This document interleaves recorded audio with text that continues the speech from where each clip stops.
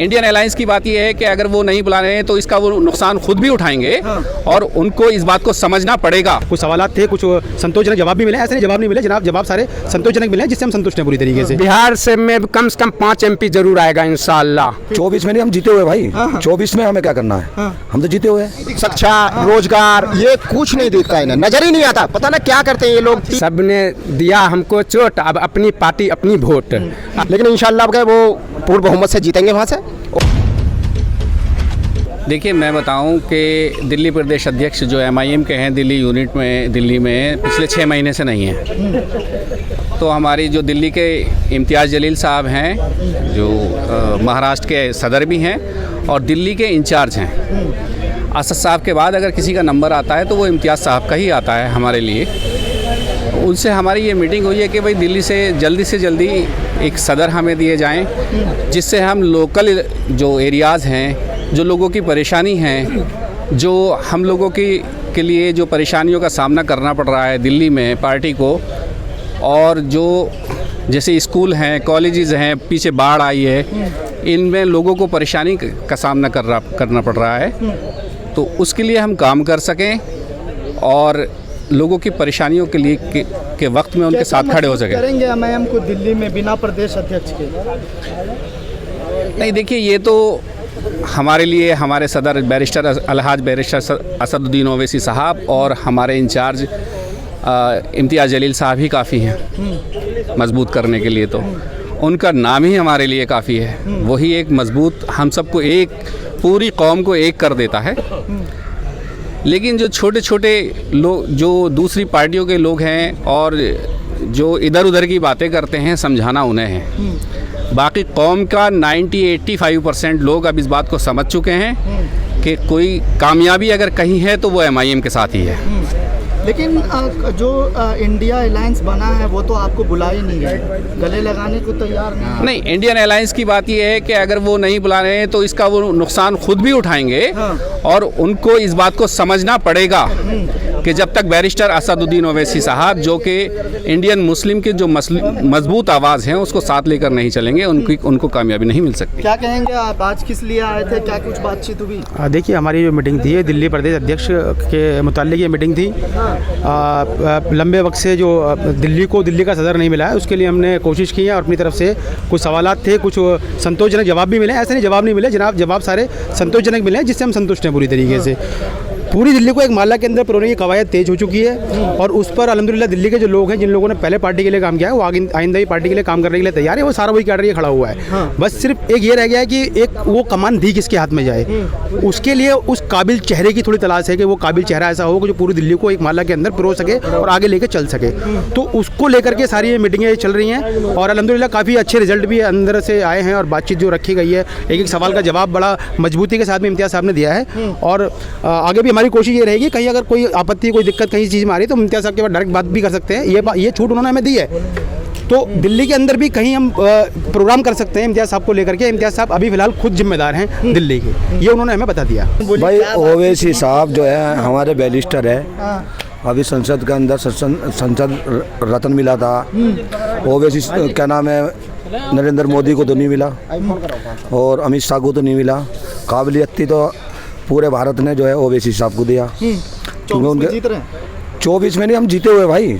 24 में हमें क्या करना है, हम तो जीते हुए हैं।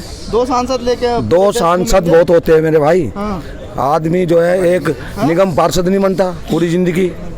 वार्षिक तो 45 जो है निगम पार्षद है हैदराबाद के अंदर, और 50 से भी ज़्यादा जो है महाराष्ट्र जो औरंगाबाद पड़ता है उसके अंदर है। 2 सांसद है, 7 जो है MLA है। तो ऐसे ही बूंद बूंद से सागर बनता है। जो बीजेपी का पैटर्न था उसके अंदर 3 आदमी थे, आज देखो तुम पूरे भारत पर राज कर रहे हैं। तो बूंद बूंद से सागर बनता है। आगे चल गए ऊपर वाले की दुआ से जो है ये बढ़ता चले, हाँ कारवा बढ़ता चले जाएगा।